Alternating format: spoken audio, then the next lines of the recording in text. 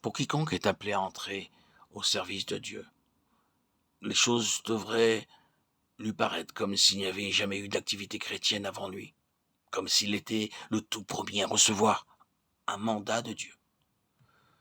Dans son esprit, dans sa manière d'envisager les choses, dans sa ferveur passionnée, il devrait se sentir comme s'il était au commencement de tout, comme si l'Évangile lui-même en était à son point de départ.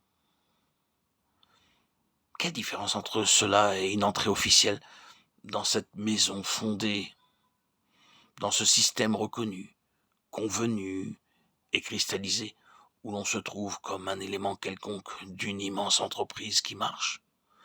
Tout devrait se présenter à nous avec une telle fraîcheur qu'il nous semble sentir la main de Dieu sur nous comme elle n'a jamais été sur personne d'autre, comme si personne n'avait jamais été appelé au service de Dieu avant nous. Je ne l'entends pas naturellement dans un mauvais sens, comme s'il n'y avait personne comme nous, mais que cette chose-là qui nous arrive a un caractère tellement inédit, tellement palpitant de réalité et de nouveauté que nous nous sentions comme si rien encore n'avait jamais été fait pour la cause de Dieu. Vous comprenez ce que nous avons sur le cœur? L'œuvre de Dieu est tellement devenue un ordre établi, un cadre rigide d'activité chrétienne, de travail organisé. On entre là-dedans et on devient partie intégrante d'une immense machine.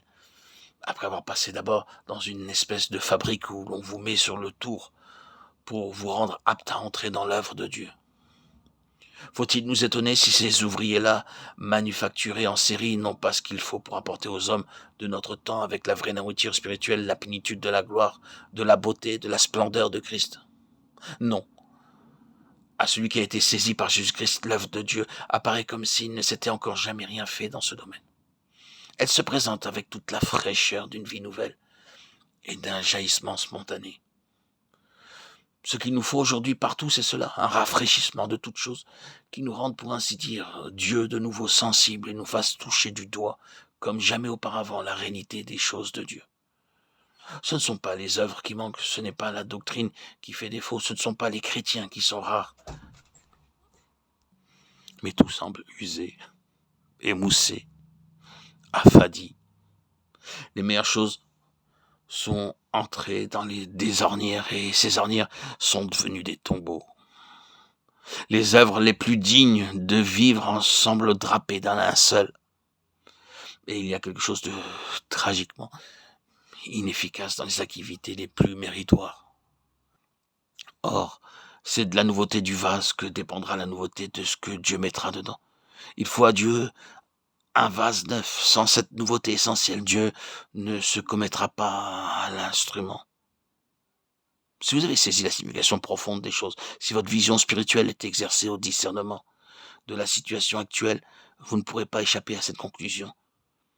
C'est que l'espoir du peuple de Dieu ne saurait être dans la simple propagation de la doctrine et de la foi, dans une simple persévérance à accomplir le même travail de la même façon.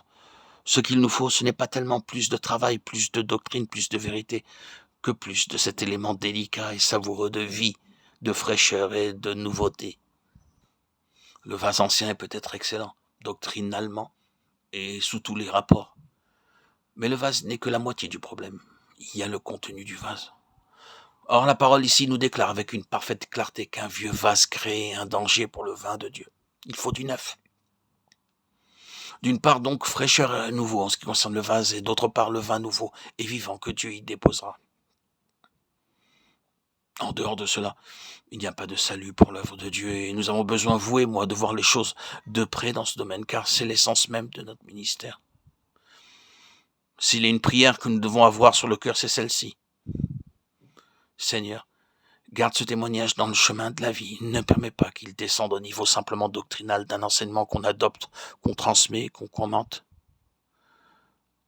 Que le Seigneur nous entende et qu'il nous maintienne, nous et notre ministère, dans le sillon de ce qui est toujours nouveau et dans cette fraîcheur spirituelle qui est par excellence la marque de ce qui est de Dieu.